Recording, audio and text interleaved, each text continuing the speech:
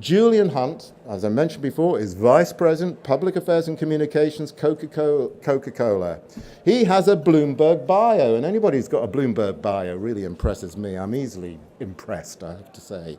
He joined Coca-Cola European Partners in 2011 as VP of Public Affairs and Communications for Great Britain.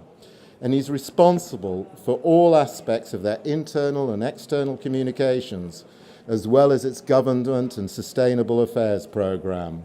And he's led the development of so much of sustainable packaging strategy for Coca-Cola. Before then, he was Director of Communications at the Food and Drink Federation. I'm pleased to say it's an organization we work closely with, an excellent organization and well led. And he's helped the industry through many challenging debates. You weren't around for Horsegate, were you? Was that? You missed that. You were successful. You successfully missed that one. Well done. He joined Food and Drink Federation from The Grocer, and The Grocer, of course, is a publication to which our industry is a bit like a Bible. So it's, one of the most valuable publications we can ever be in. And prior to that, he was the editor of Packaging Week magazine and off-license news. And he has done work on obesity and sustainability, but when I looked you up, I saw you did that 5 years ago, so you're well ahead of your time. So I have just to say that it's a much more impressive CV than Nick's. So can I please ask you, do you want to come up here and do that bit first? Thank you. Well, good afternoon, everyone. Delighted to be here, and we've just been asked to say a few words of introduction, so I'll be pretty quick so we have a lot of time for questions and a proper discussion, hopefully, in the time available for us. But here in European Coca-Cola, we actually started to look at the debates about packaging at the back end of 2016. We could see there was a lot of change happening in how our consumers were behaving and thinking and talking. We did a lot of work. We talked to a lot of stakeholders, people represented in this room. We talked to industry associations, NGOs, but importantly, we talked to consumers. In fact, across Western Europe, we talked about 23,500 consumers about a range of issues that mattered to them. What did they really care about, and where did they want to see a company with our scale and impact actually taking action? And we were surprised. And the results from the consumer research came back towards the beginning of 2017. And the number one issue for consumers in all markets in Western Europe was packaging, by a long way. That was the thing that concerned them most. Whatever their age, whatever their socio-demographic background, packaging was the one thing that was really concerning them and where they wanted to see companies taking much more action. So that's why about almost a year ago, actually, we announced a sustainable packaging strategy, firstly here in Great Britain and then later last year for Western Europe. And it's built on three pillars and one very simple ambition. And the ambition is that we want to work with others, with everybody in this room and in the country, the wider country, to recover all the packaging we put on the market to make sure more of it is being recycled and none of it ends up as litter. So that was our ambition, and it was built on three pillars. The first one was making sure the packaging that we put on the market is as sustainable as it possibly can be. That's a role, that's stuff that we can actually control as a buyer and a user of packaging materials. That's making sure simple stuff, it is 100% recyclable. It is making sure wherever possible we use recycled material. One of the things we announced last year is that in all our PET, we'll be moving to 50% rPET content towards the end. By the end of next year, we should be at 50% in all of our PET bottles. And continuing the work we've been doing for many, many years to lightweight all the packs and all the materials that we put on the market to make sure we're as resource efficient as we possibly can be. So that was pillar one. Pillar two was to leverage the power of our brands, to talk directly to consumers, to help them clear some of the fog that we've talked about already. We've heard people talking about the confusion that exists about what can be recycled, where it can be recycled. That confusion is genuine. It does exist in the minds of all consumers. So you'll see this week and towards the end of this month, when it's National Recycle Week, we'll be doing a lot of fun stuff with communications on social media and good old-fashioned TV advertising to really engage, particularly the younger adults and teen audiences, on the importance of recycling and why they can make a difference in that space. And then the third pillar of our strategy which I think is what we're here to talk about today, was to work with others to champion reform of the packaging recovery system here in Great Britain. We've heard already that it was designed a long time ago. It's served a really good purpose. It's helped get us up to reasonable levels of recovery, but progress has stalled. Lots of reasons for that, and it is time that we see change. When we started talking about that 18 months or so ago, it was hard to see how we'd be able to galvanise the interest and the support. It was not. Whilst we could see for our consumers this was becoming a really important issue, we were struggling to see how we could engage and make it a topical issue for policymakers and for politicians. And as we have all seen, as we work in the industry, that has changed very quickly. And it is now probably one of the top issues for policymakers, for politicians, as well as for the consumers that we all ultimately serve. And what I would say is, please don't make the mistake of thinking this is a short-term thing, oh, people will forget about it, they'll go away and do something else. I really think from what we can see, talking to consumers, what we know talking to our retailers who are even closer to shoppers and consumers, it's very clear that this is an issue that people are really anxious about. They want to see responsible brands taking action and trying to change things for the better. So championing reform, let's talk about that in the Q&A session. What I would say is we're at a really, being optimistic, let's be optimistic, we're at a really important, fantastic opportunity to work with government to influence and change things for the better. That's the positive way of looking at the conversations that are happening. We also have, I think, a real challenge, a real risk that we could end up with lots of policies and interventions that just don't all work together in a coordinated way. So here in Westminster, three things you'll all be aware. We've got the Treasury tax to be announced in the budget on single-use plastic. We will then have, any time now, the resource and waste strategy from DEFRA, detailed to be confirmed, but hopefully partly influenced and shaped by the work that Martin and Lord Deben have talked about, where industry has stepped up to a genuine challenge about how do we reform the PRN system. And then for us in the drink sector, the third intervention will be deposit return systems and how do they fit into that policy landscape to make a difference and to improve recovery rates. And meanwhile, in Scotland, you have the Scottish Government coming at it probably from the other way. So the first consultation is on deposit return systems. Then they're going to work with DEFRA on reform of the PRN system. So a lot happening on the policy front. I think it's important all of us in industry are aware of that and inputting to those consultation processes as much as we can to do all we can to get the right policy framework that we need to continue to get the best possible outcomes for the environment, but also for consumers, businesses and local authorities. So I'll leave it there, Martin, and take any questions in a minute. Right, thank you, Julian. Actually, thank you, Julian, and thank you for the reminder on the Scottish consultation. It's actually got to be in a week on Friday. Doesn't time go quickly? I love the way they send you these consultations to respond to over the summer. It's as if you haven't got anything else to do. It's a pleasure to introduce Paul Day. Paul is the Senior Packaging Technologist at Church & Dwight. And Church & Dwight Europe, they're the company who make Pearl Drops and Arm and Hammer toothpaste, amongst other products. Paul tells us, and it's hard to believe looking at him there, that he has been in the industry for 40 years and in regard to design and development. And he's been involved in a huge number of product launches.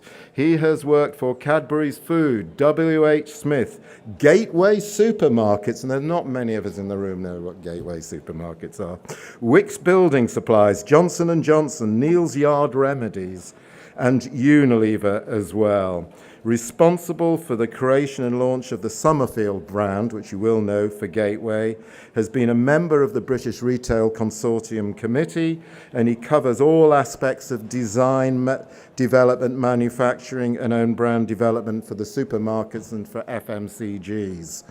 I have to say, Paul, when I looked you up, I put Church & Dwight, I put Paul Day, and I got Day's high, $48.66, and Day's low, $47.26. I didn't know if that was your hourly rate or the share price. Paul, thank you.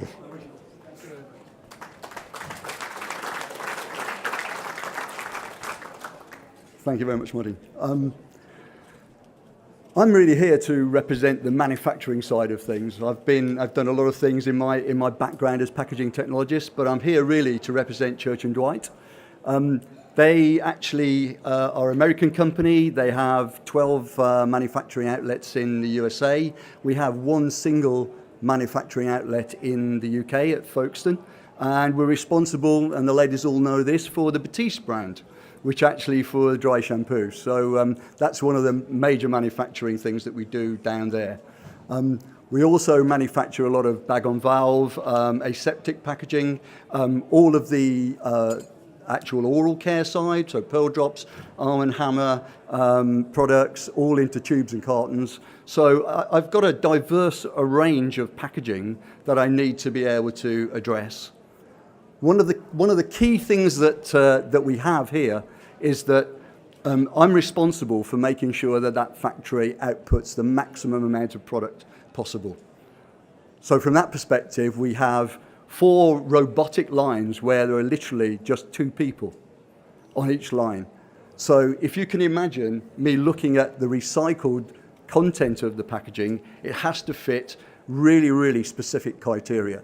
So I'm driven slightly differently, but only slightly differently from Coca-Cola, in that there's a diverse range of packaging that I can actually look at and actually have to make sure that runs, because I do not want the production director coming down and telling me his efficiency has gone down by 20%.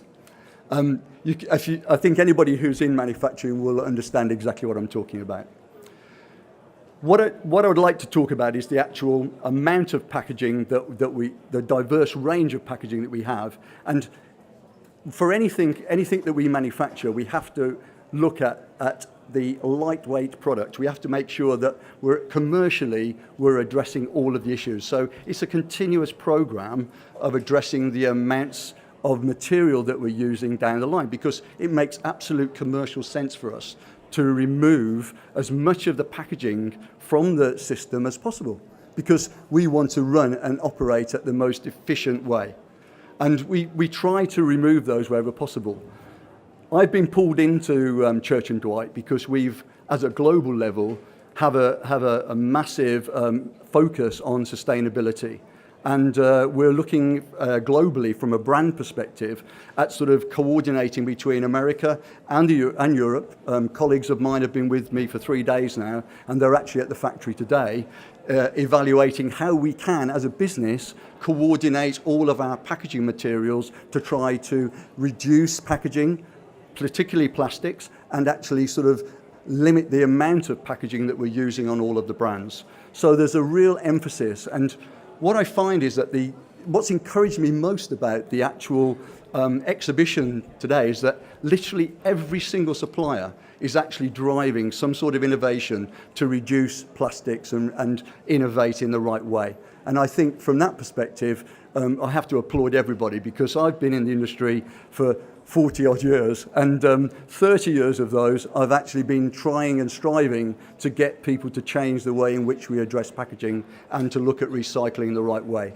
When I created the Summerfield brand, we looked really hard at not only just digital artwork, but also how packaging could be reduced and changed to be able to give and recycle things. And it's been really frustrating that over 30 years we didn't move forward. But in the last 5 years, I found that we actually started to make real inroads. And I was so encouraged by the actual conversations today to see that the government is taking this seriously. Lord Debenham is actually doing and driving it really well. I think the initial PRNs and PERNs was a problem, and I have a real thought in my background that PRNs may have actually contributed to the amount of plastics that are floating in our oceans. So from that perspective, I hope we get it right this time round. From a packaging perspective, we are driving and striving to be able to move things forward, and I'm really encouraged by everybody else in the business trying to do that.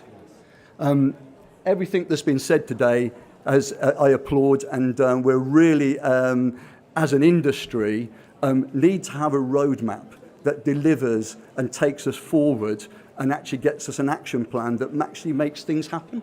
because I think it's been too long waiting for everybody to react. And I think the key thing is that businesses are collaborating.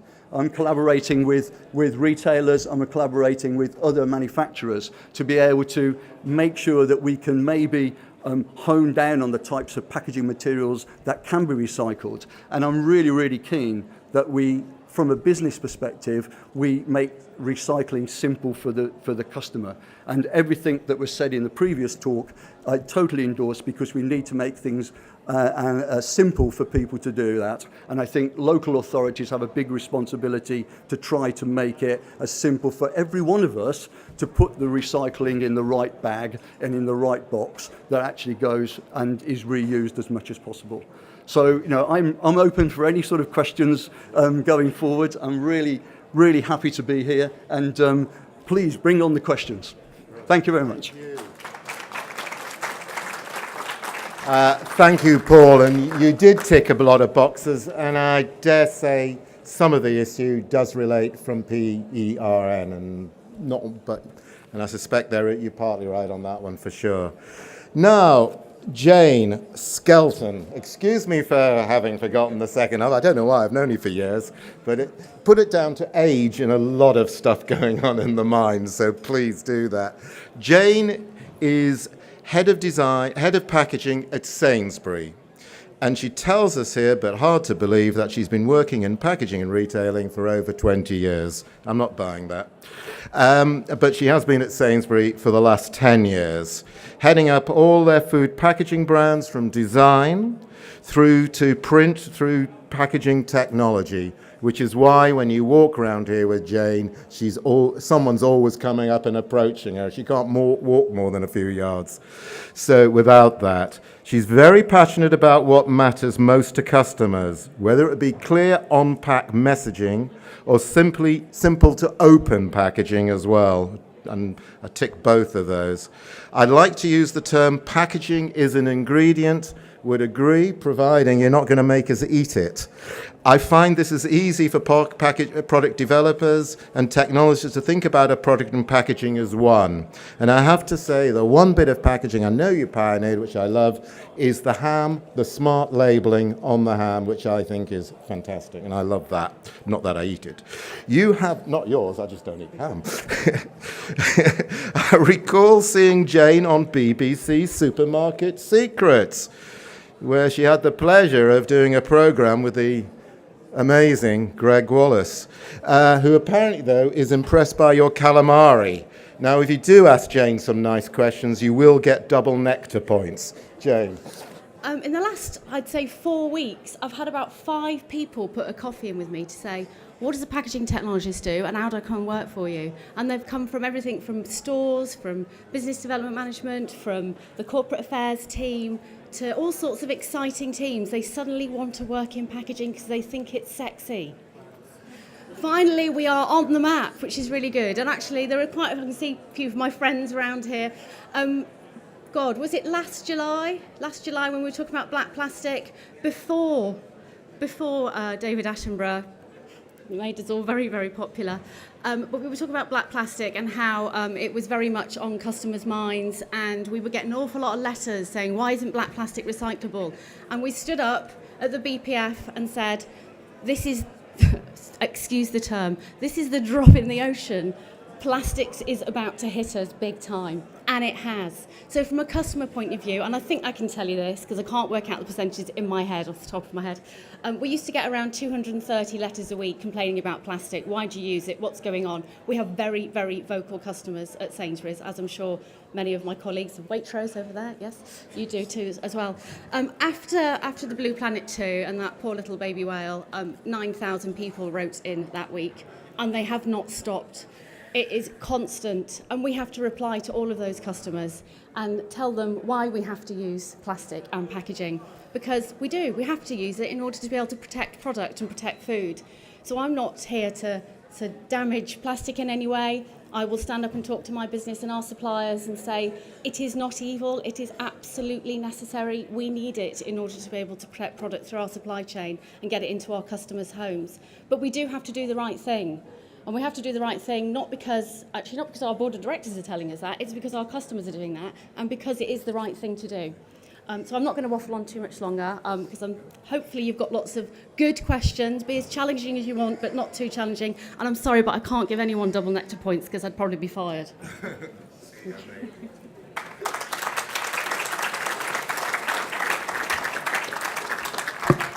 I would, of course, donated mine to charity, as you know, of course. That was terrific. So we've had 3 very excellent introductions. I'll start, you know what, I won't even ask a question just yet. Does anybody like to ask a question of these 3 fine panelists? There is a microphone somewhere. Where do we have one? We have a gentleman. I'm not going to say the gentleman in the check shirt. But the gentleman in the check shirt, would you first of all sort of introduce yourself as well and your company too? My name is Tony Gardiner. I'm from LC Packaging. We supply material into a lot of produce and agriculture that goes into supermarkets. My question's to Jane. You just spoke about the letters of complaint or otherwise that you're receiving. I just wonder when you're going to start a program of on-pack education, because the one thing that's missing, and the one word that hasn't been said this afternoon, is education, and it's urgently needed for consumers. I mean, I think that's one everybody can answer, rather. On-pack might be a slight challenge. They're very, very small, some of these packs, with an awful lot of legal information. We have done things like that in the past, but actually in terms of educating the consumer, it's very much on our mind. And actually it's part of the UK Plastic Pact, which is why we signed up to it, because it's the most sensible approach for the whole of the industry to collaborate and do this. But we will be doing campaigns to talk to customers about how they can recycle more, how to understand exactly what they can and can't recycle. We trialled quite some years ago, along with Tesco, where we put on things like bread bags and frozen bags that you can recycle those types of bags with our carrier bags at the front of store. So we have been doing that for some years. But I would love that we had the space and to be able to put all of that information on pack, but unfortunately we know people don't necessarily read packaging. But we have got an opportunity to do it online, in store, and actually our colleagues are brilliant to be able to talk to customers, and we are giving them the right information and the power to be able to talk to customers when they have these questions about packaging and plastic. In store, would you be prepared to do it on the shelf? I can't really share that, but I'm talking to people internally about what we can and can't do in terms of in-store, because obviously shelves come at a premium. They're precious, yeah, yeah. Exactly, yeah. Okay, please pass the microphone along to Paul. Have you got one? Oh, there you go. Right, thank you. I don't really deal with produce, but in terms of materials, and I totally support. I do really believe that education is a real focus that we need to make for people, not only on the pack, but also within our schools, because I think that for the future we need to make the children more responsible for the types of packaging and how they dispose of their Coca-Cola bottles or whatever it happens to be, and know that they can recycle that, and it is infinitely recyclable. An aluminium can, a tin plate, aluminium bag on valve packaging, that type of thing. Educate them on the types of packaging that are actually recyclable, and actually let's try and sort of make them aware, so when they do see a pack, they say, yeah, this is recyclable. They don't have to read the very tiny writing on the bottom of the pack to say it is recyclable. Let's teach them about packaging. Let's even, as an industry, get onto some TV channels and have some education on TV channels where we go through each of the different packaging materials, why we need them, why we need to recycle them, and how we can recycle them. Because that, I believe, is the future. And if we can get the next generation doing things in the right way, then I believe that will be the way that we will set up. We'll get into the Denmark scenario rather than the UK scenario. Thank you. And Julian? And I think I mentioned earlier, one of the pillars of our strategy is to try and leverage the power of our brands to engage our consumers. People are genuinely confused, and I work in a business that has very simple pack formats, all of them by and large eminently recyclable, and yet people are still confused. Can I recycle a plastic bottle or not. So we start with a pack. We've got the OPRL label on all of our packs. We try and feature that. I think Jane is here from the OPRL. It'd be great if all businesses could actually start to use the same common factual information about what can and what can't be recycled. That will help in the process, I think, that's being described. We're experimenting now, so you'll see on some of our brands, on the caps, we've got a message about recycling. We're putting messages on multi-packs. So we're trying to use all of the brand architecture that we have available to engage consumers. And then online, through social channels, we're working with vloggers and bloggers. I have no idea what these people are or what they do, but apparently They very vlog. influential. They We've taken them into our factories. We've let them film videos. We've taken them up to the supplier we work with, who provides a lot of our recycled content, and they can bring that story to life in a way that, frankly, a corporate can't. So we're working through a lot of those channels, and then also using more traditional marketing communications to try and just engage our consumers in some of this stuff and give them a reason to understand why, if they do some of the basic things, we've got a better chance of recovering more packaging and getting more back, albeit within the constraints of the current recovery systems, which I think we've all agreed are not working particularly well at the moment.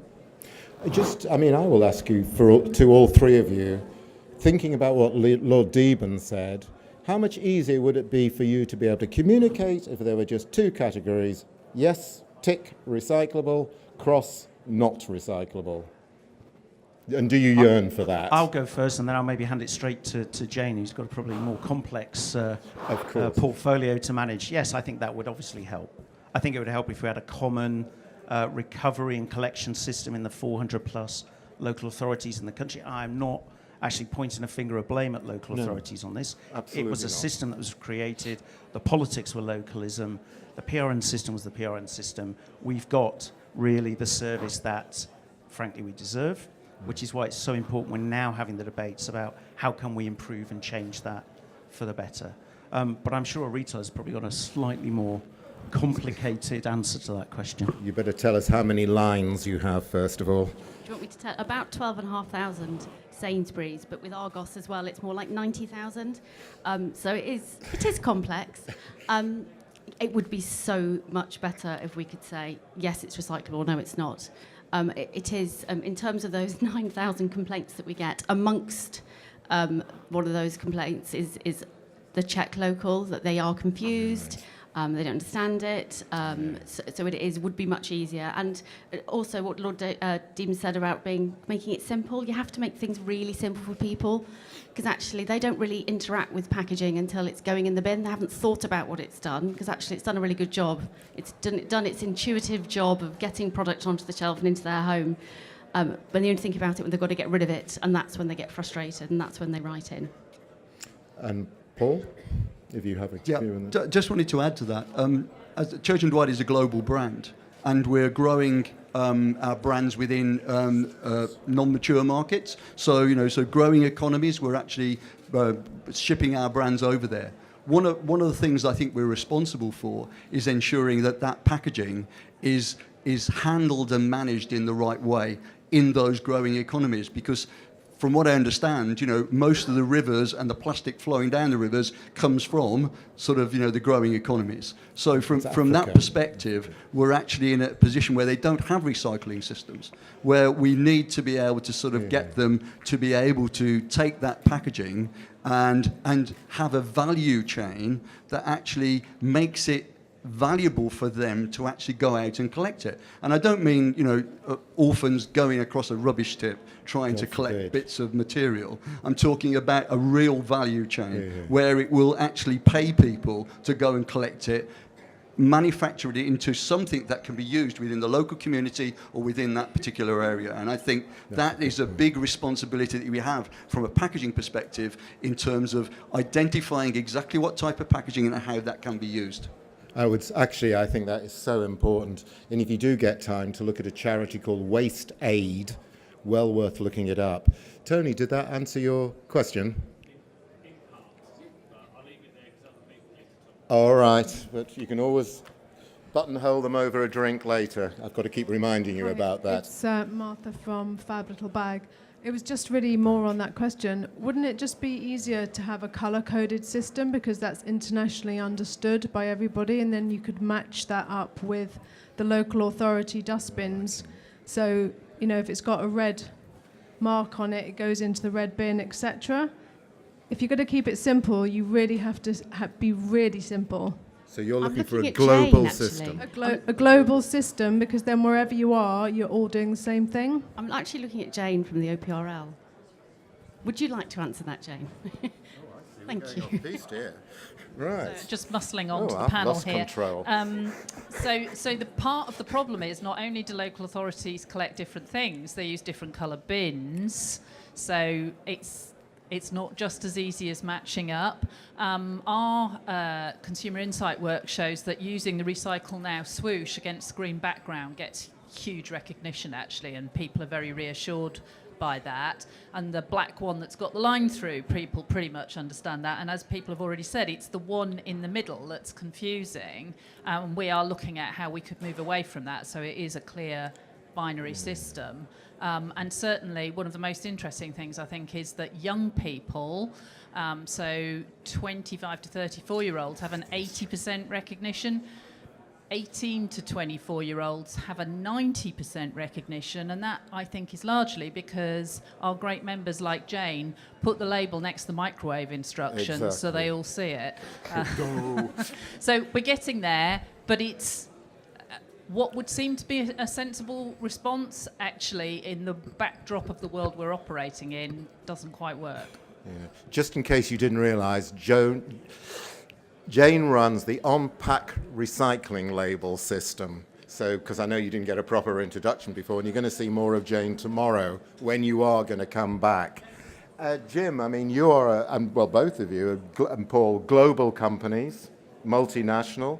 Have you looked at a sort of global recycling information route? We're actually in the process of trying to adopt a system that works globally, and we're experiencing exactly the same problem. We've looked at color coding. How does that work across all of the countries? Or when in our own country, one authority to another has a completely different system, and it really is hard for us to get something that's standardized. But we support the fact that there is a system available, and that we should actually use that going forward on all of our packaging. Yeah, and I think the framework of OPRL is being looked at by regulators in other markets around the world, and more multi-market brands are using it. I mean, the challenge we have isn't even a global one, it's a European one. So in some markets, for instance, Norway or Germany, we'll be in a DRS type system. In France and the GB, we're not. Even between GB and France, it's a very different kind of recovery system. In France, we have to put an obligatory symbol to show we've paid into the compliance scheme. Here we don't. So even at a European level, it is messy, I'm afraid, which doesn't help in this confusion that I think all of us encounter. Even as experts, I think most of us get a bit confused.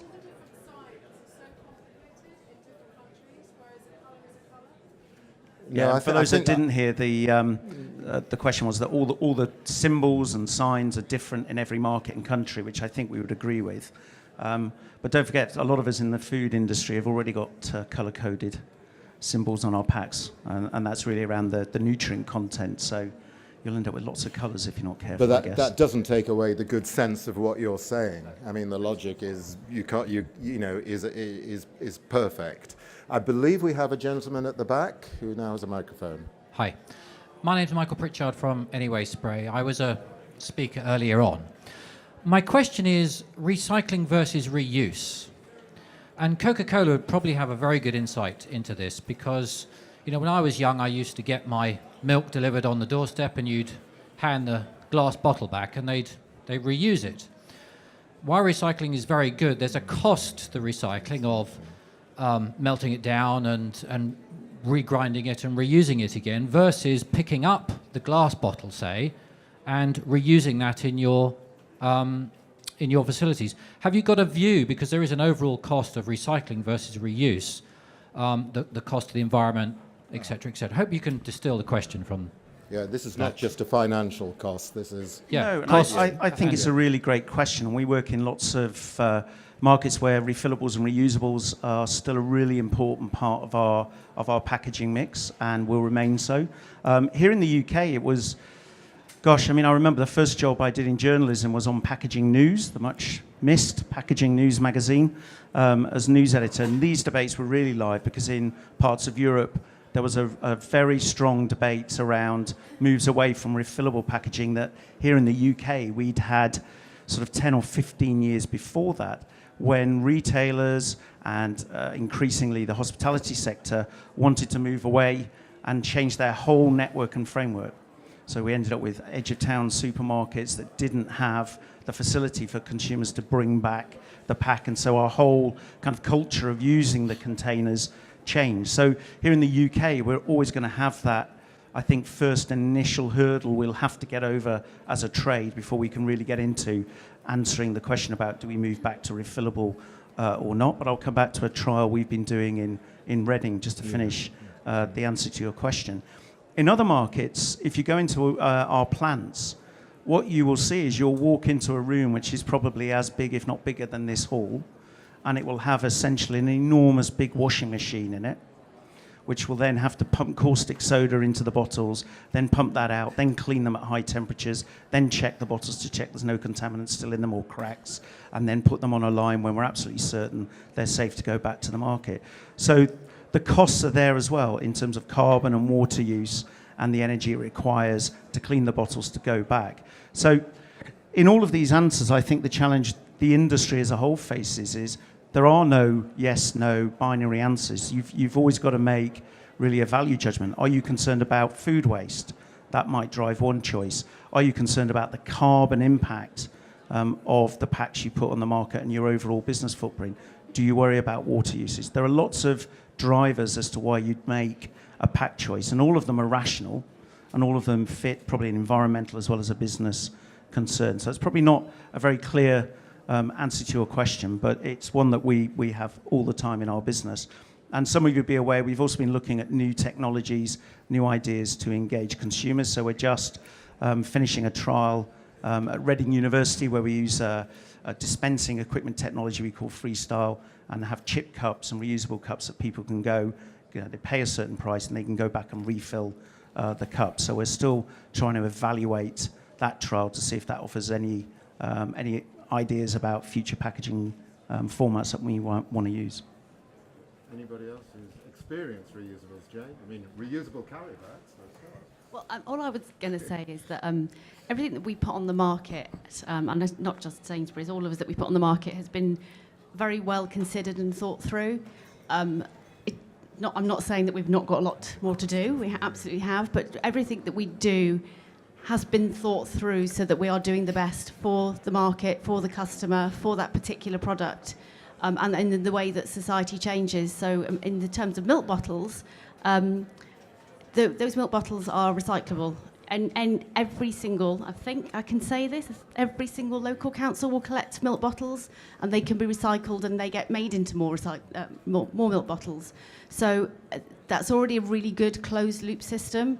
And actually, I'm going to bang on about the UK plastic pack because it is a very, very good commitment, which is why we've signed to it and all of the retailers have signed up to it, is because we need to create that closed loop system for as many bits of packaging as possible, particularly when it comes to plastic. You can still have milk delivered if you want to in a milk bottle. Obviously, it's glass, and therefore, if you smash it, you've lost all your product. And plastic does bounce, so there was definitely some benefits to moving out of glass and into plastic. But just if there were simple options for some of these challenges, we would have done them already. Paul, do you want to? Yeah, I think from a manufacturing point of view, we're the investment that we've made for our automatic lines within Folkestone is over $50 million. For us to then relook at the way in which that whole manufacturing changes is a massive investment for a company the size of Church and Dwight. It would change. It's a ballpark changer in terms of looking at taking packaging back and then re-cleaning it and actually recycling it. I think from our perspective that would be a no-go. But you know, I read in the paper that Bulldog, for instance, have just launched a 25-litre container for you to refill your shower products. But you know, how many people want to keep 25 litres on the side of their bath to be able to top up their shower pack? There are real implications in terms of the practicality of being able to manufacture product that can be shipped around. So, you know, volume packs versus refillable is, you know, everybody is trying to look at it, and I don't think anyone has found a real solution yet. Just picking up on Jane, how many people in the room are aware of the Plastics Pact? And there's no shame for not knowing. What would you say that would be, half, or? There are some who don't. Right, which is interesting, actually, suggesting still quite a lot of work to be done there. Hope that answers your question, or helps, Michael. Anyway, anybody in this row here? We haven't had anybody. Oh, we have on this side. Excellent, thank you. This is Imran. I'm from Bourne Packaging from Ireland. Yeah, I'm from Bourne Packaging from Ireland. I just wanted to ask Sainsbury Jane a question. Where we are on biodegradable and compostable materials for packaging. Okay, it's a very, very good question. Are there any waste management companies in the audience? Hopefully I'm going to help you out There's here. nothing to be ashamed of if you are. No, it's Right. good, it's good. At the moment, if we put compostable packaging in with recyclable packaging, it is going to cause them a huge amount of problems. Yes. So putting compostable packaging directly onto the market at the moment is going to be a bit of a challenge. It doesn't mean it's not part of the future, but again, this is why part of the UK Plastics Pact, it sounds like I'm a big advertiser for the Plastic Pact, doesn't it? One of the commitments, one of the targets is to that all plastic packaging is 100% reusable, recyclable or compostable. So the industry will be working on making compostable. And in terms of biodegradable, again, we don't know what the unintended consequences are at the moment because nothing that I have seen, although there may be some stuff coming to the market, is fully degradable. So actually you end up with microplastics, which are far worse for the environment and for marine life. And we don't want to have an unintended consequence. So there is work to be done in those areas, from my opinion. Right. Yeah. Yeah, go, go for Most it. definitely, Go, most go, go. definitely. I think from a manufacturing point of view, bioplastics, etc., have implications in terms of their reactivity with the types of materials, formulas that we have. They also have a situation where their moulding and manufacturing are perhaps not to the tolerances that we need to be running at 300 a minute down a production line. So there's still we're looking at it, but there's still a lot of work to be done to make that a really viable way of going forward with plastics within our particular industry anyway. And you've experimented, have you? Or We have indeed. you haven't experimented. Julian. I'd just echo what people have said. I think a lot more work probably for the industry to do on compostability, but particularly biodegradability. And particularly when I think of some of the debates around beverage packaging at the moment, I do get quite anxious at some of the claims I see of, I saw one, I can't remember who it was, with a bottle that would dissolve into seawater, which sounded fantastic, except I think the seawater had to be at a constant temperature of 27 degrees or something. Oh, for heaven's So there's always these caveats, always these little design constraints, always these little unknowns around the technology. That is not to say we shouldn't, whether it's through the Plastics Pact or through other fora, be looking at the technologies that are emerging, looking at new ideas, constantly rethinking our approach to packaging. But at the moment, for me, the jury's still probably out on that. Thank you. And God, I don't know how it's meant to get, should never even get to the sea in the other way, just to prove that. I think as an industry, we should pull together and ban the term biodegradable. I think this is absolutely overdue. You know, you listen to Keep Britain Tidy, and I don't always, but in this instance, they say this is an open invitation for littering. I can throw my banana peel, my apple, therefore I can throw this packaging on the ground. It's got to go, I'm afraid. Now, what about another question, please? Where do we have someone else here? Did someone shout? Here, the sort of in the front. Sorry, was there a question I wanted over here? Hi, I'm from Yardley, Okay. Geeta. So we are looking at using bioplastics for some of our premium products. We're just about to launch, actually. We just presented to Sainsbury's, and we'll probably be doing a one-off with you guys. So there's a lot of interest, but obviously it contaminates the whole stream, like you guys mentioned. So what does one do? Does one do something which the Bulldogs have done and said this is all plant plastic and do it, or and then appeal to the consumers, or not do it because it contaminates the stream? I think that's a fair question. I mean, would you describe yourself as being confused? And yeah, fine. Thank you to my lovely colleagues here who've just handed me do the right thing. And the right thing would be to understand the Plastic Pact and why it's been put together. At the moment, I don't anything that's biodegradable or compostable is the right thing to put on the market. As a brand, we are not looking at plant-based or bio-based plastics at the moment, simply because it feels wrong to use crops to make packaging rather than possibly feed starving nations. And we have starving people in this country. So there are always lots of sides to an argument. So I can't really answer for your brand, but it's a... Not always. We'll leave that separate I bit think of that's debate. yes. But we can We'll have talk a chat afterwards, maybe. Yeah, I think so. Thank you. Yeah, I think from our perspective, there's still a lot of work to be done, and I think unless there is a positive recycling stream for bioplastics, then I can't see that really lifting off, because if you've got something that works, why change it? If you've got something that is recycling, from a PET perspective, by a polypropylene perspective, that you can recycle, don't change it because it's working, and let's improve it and make it better, rather than try and add something to it which confuses them. I took my whole team to a very small waste disposal company, waste management company in Kent, and it was an eye-opener for sort of the way in which these guys handle and manage this material, baling it. I mean, the guy was like a stockbroker. He was looking at the price of plastics on a daily basis to see which one he could push out at the best price that he had actually collected all of this material.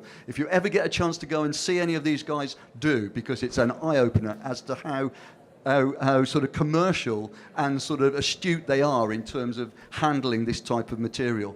It's amazing. So they have my thumbs up every time, because I think from a packaging perspective, they are the people that are actually driving things back into the recycling stream, and they deserve the credit and sort of putting up on a pedestal, really.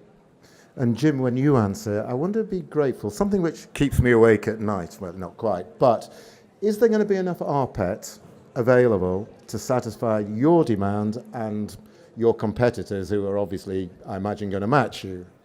Based on all the claims that everybody's making at the moment here in GB, no. It's going to get very, very tight as a market. Right. But I think that's a good thing. I mean, we helped set up a PET bottle recycling plant in Lincolnshire in 2011. I think it's in the public domain. That facility had troubles, shall we say, a number of times, and we maintained our support, buying 25% of our PET as rPET from that plant from 2012 until it was bought again 2017 by a new company, Plastic Pact, which I think many people in the food industry will know is a big supplier of food-grade PET. So we're very confident that that business really understands the market, really understands recycling, really understands what retailers and manufacturers want. So we're very proud of the fact we've been consistent, we've stayed, and there is a very, very good mechanical recycling facility here in Great Britain. Hopefully with the reforms that are coming, we will see more facilities coming on stream, more capacity being built as people have more confidence that this is the right thing to do. And I also get asked the question all the time, yes, there is an on-cost. So as a business, you have to make a decision whether you think this is in the best interest for your business, your brand, your consumers for the long term. We took that decision in 2011. Thank you for answering that. You know, when you're in a restaurant and it's late and you're the last people in there and they're laying out the breakfast table, I think we're reaching the equivalent of that. However, can we have one more or not? One more question. Do we have one more question from this excellent audience? Here we go. Name, rank, and whatever. Hi, I'm Heather West from Kettle Foods. You've spoken, Jane, about the Plastics Pact and WRAP, and that's something that we've tried to get involved in as a company. However, we have struggled to engage with them a bit, and maybe that's because we're not big enough as a company. So I didn't know if you had any advice for us on how you perhaps get the Plastics Pact to work with us, and just to give us some advice as a company. Why don't you come in and see me and my team, and then we can help you. On our products, obviously. Yeah. But yeah, I think they've got quite a lot of members at the moment, and I'm sure at some point in the future they might be taking on some more. But why don't you come and talk to us specifically? Yeah, that'd be brilliant. Thank you. No problem. And WRAP really shouldn't sit back on that. Day one of Packaging Innovations, luxury packaging, and ADF London is now closed. Did you see my lips move? Oh, for God's sake. We look forward to seeing you again tomorrow. Please make your way to the exit and have a safe journey home. Right, don't make your way to the exit. Make yourself away. Get to the networking bar. There's a glass of something for you to drink there, and we can carry on the conversation. Just want to thank the three panelists who are involved now. Please, come on. Obviously, we want to thank again Lord Deben. We want to thank Phil Chadwick. We want, most importantly, to thank yourselves for coming along. Come back tomorrow. There are 2 excellent sessions going on. Look forward to seeing you then. Have a good evening.